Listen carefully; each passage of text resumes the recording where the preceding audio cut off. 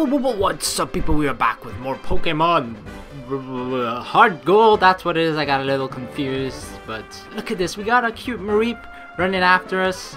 So I trained Mareep a little bit because he was pretty far behind the levels, considering that our Hedgehog is level 18 and Mareep was 6 when we caught him, but we caught him up to double the amount, so he's level 12 right now, which was actually like the worst experience ever so far, at least in this game, because I was training in a patch of grass before where we actually caught the Mareep, and you're facing pretty much only other Mareeps who also only know tackle and growl, and the other Mareeps basically keep growling the entire time, and because of that our tackle deals so little damage and theirs tackle deals more damage. So in that sense I was forced to growl myself too, to prevent their tackle from doing a lot of damage to us. And then it just became a war of attrition, because you know the passive of Mareep, you just kind of, if you attack it, sometimes you get paralyzed, and then you would have this battle of two Mareeps where one tackle did about 1/20th the amount of the HP bar damage, and both would end up being paralyzed, and then it would just be whoever gets praised by RNGs the most that do not get paralyzed the most and actually hits their attacks and whatnot. So yeah, that was a pretty painful experience, but we managed to pull through. And Fluffy, although I would have preferred the name Fluffball, is now level 12. So as we saw earlier, Mareep, Fluffy was actually walking behind us, so it all depends. I thought only your starter Pokemon would walk behind you, but in this case actually every single one. Well, the Pokemon that you have in your first slot walks behind you, but it basically can be every single Pokemon. So that's actually fairly interesting.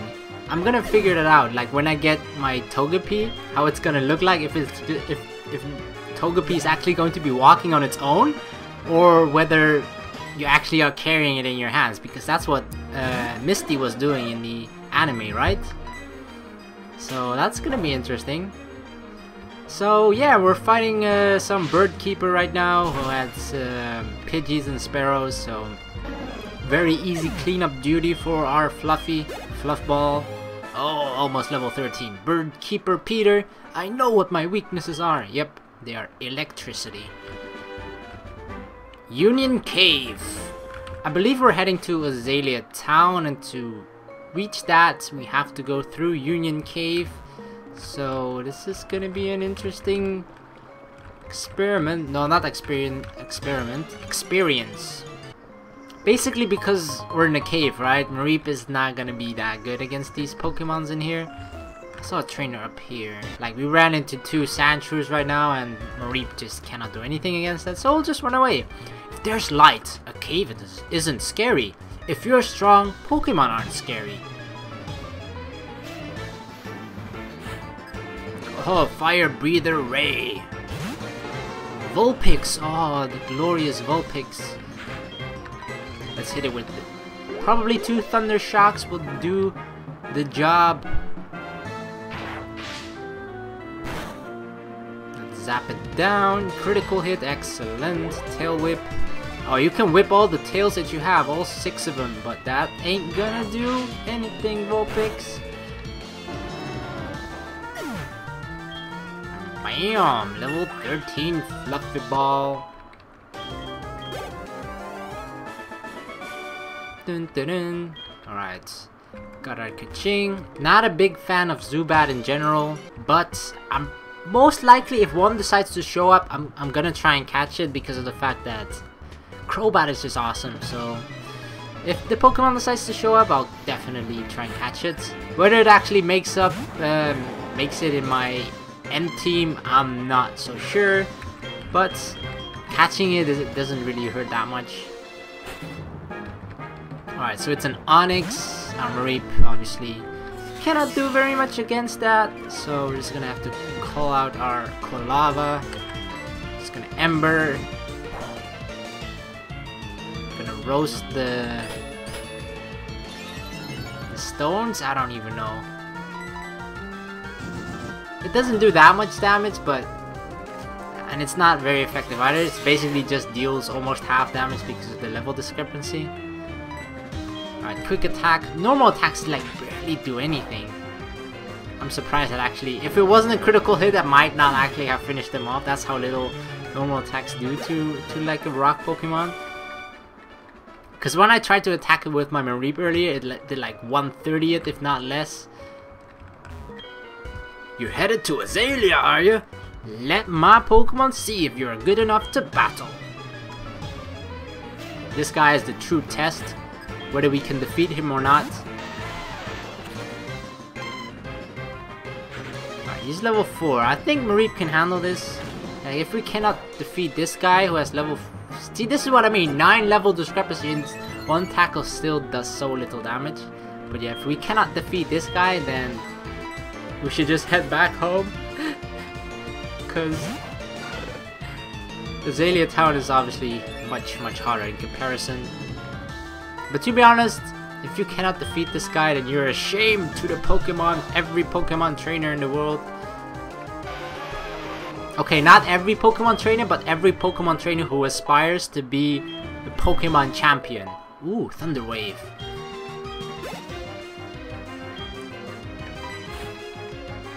So Mareep reached level 14. Ooh, this Geodude is level 6, but 1 Ember is still gonna finish it off.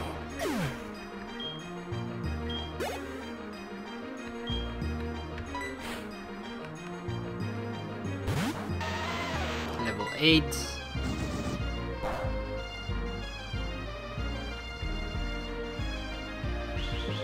Rock polish, oh yeah, he's polishing his biceps like, yeah, look at my muscles. That's the pose that Geodude is in as well, always. He's like, look at my muscles, look at it. They're rock hard. Yeah, I did that. That was a lame pun, but I still did it. Alright, let's try and find the exit of this cave. There's another fire breather. I can tell by the haircut already. Zubat Supersonic keeps confusing my Pokemon. I'm seriously upset about that.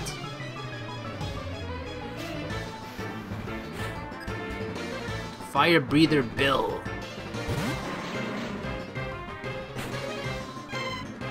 Ooh, a coughing.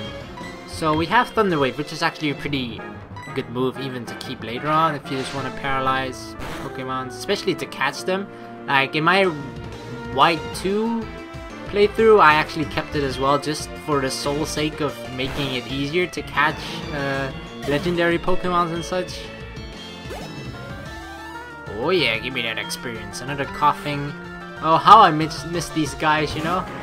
Team Rocket always used to have them. I'm almost certain that Team Rocket is in this version of the game as well, because later on it kind of gets replaced by Team Plasma. Oh, Poison Gas. But this is still Team Rocket territory, so hopefully we're gonna meet our good old friends Jesse, James. Team Rocket blast off at the speed of light. Surrender now, or prepare to fight. That's right. That's supposed to be Meowth, but yeah, I don't think it goes anything like that, but still. I tried my best. Actually gave our Mareep an antidote because it seemed like when you saw the screen get hazy a bit when we took one step, which means that it took poison damage. So I wanted to get rid of that, so it's fine to use our antidote for that. I roam far and wide in search of Pokemon. Are you looking for Pokemon too? Then you're my collecting rival. I'm not necessarily collecting them.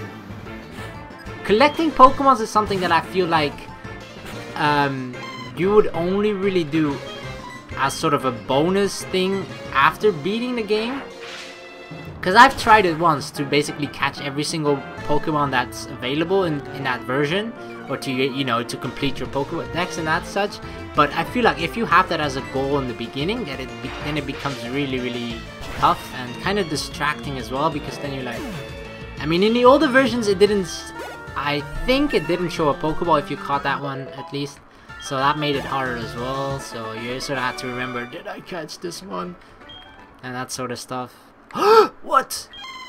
Fluffy is evolving already? Holy crap, this is so fast. Oh yeah, Fluff Ball. Mareep is evolving. See, this is like how cavemen evolve into us regular humans, right? they go from crawling into standing upright, what Fluffy is doing right now. Is it actually just Fluffy or Flaffy? Because it's clear that it has double A, right, in the name, but it's actually running after. It looks like Fluffy is like running after it, like give me a hug, and we're just running too fast. Poor Fluffy. Awakening. Oh, this has gotta be the exit. Alright, so I didn't expect him to evolve so quickly. It's raining! It's raining apricorns!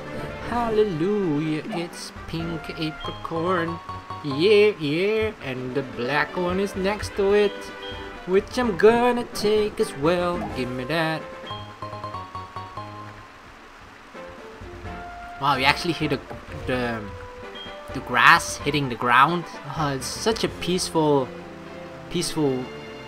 thing, you know. Sometimes as weird as it may be, you just look out of the window when it's raining, and it's actually such a peaceful moment. I don't know why. Maybe I'm the only one. Pant. I finally got through that cave. It was much bigger than I'd expected. I got too tired to explore the whole thing, so I came outside. I mean, I find it relaxing, but being in the rain is a whole different story, right? Being in the rain is the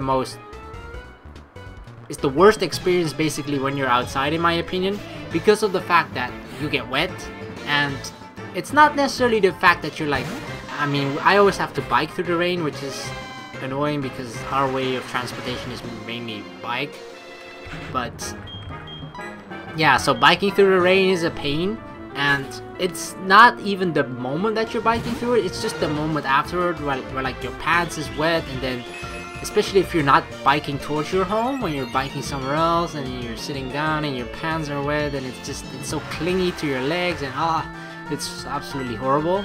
But just looking at rain from the inside, that's fine. I don't mind rain at that moment, but at any other time I'd be like, holy crap, I don't really like rain. Alright, so Geodudes are actually pretty damn strong right now, so it's gonna take a while for us to defeat them. Alright, this last Ember is gonna do the job. Does he have more Pokemon? Oh yeah, share that delicious experience. Isn't this like a really bad weather for Kulava to fight in? Cause I remember from the anime, yeah, where Charmander, where it was actually raining and his fire on his tail was starting to get weaker, which is sort of a, even though I was a kid and it's meant for to be a kid show, I'm pretty sure it meant that Charmander was dying, which is not really something you would want kids to confront with that subject at such an early age, but I'm pretty sure that's what was happening. So if the water, even just rain, kind of, you know, makes fire Pokemon that have like a fire on their back to keep themselves alive, if that sort of kills them, then isn't this a really bad thing for Kulava? I don't even know. By the way, I'm a hiker, so I often go to the mountains and caves. I don't usually go to the town. I bet you go to all kinds of towns on your journey, don't you? You know, if we were to trade phone numbers, then we could exchange all kinds of information. Oh yes, thank you. Thank you for your phone number. I'll give you a call when I think of a good heartwarming story, okay? Well, it better be heartwarming. Yes, we are in Azalea town. Who are you? You don't know us? We are Team Rocket. What? We broke up a while ago? Give me a break. We have not broken up. Actually, we did once, but we have to come back to pursue Giovanni's ambition. Enough talking. Shut up and just beat it. Thud. Oh my god, he headbutted the bald man. Dude, that's not cool. Nothing is going on. It's unsafe to go in here, so I'm standing guard to make sure people don't wander in. Am I not a good Samaritan, considering that I just saw you headbutt an old man who's already bald, you know? That's like kicking a man in the groin when he has one ball. I don't freaking know, bad comparison, but you are not a good Samaritan.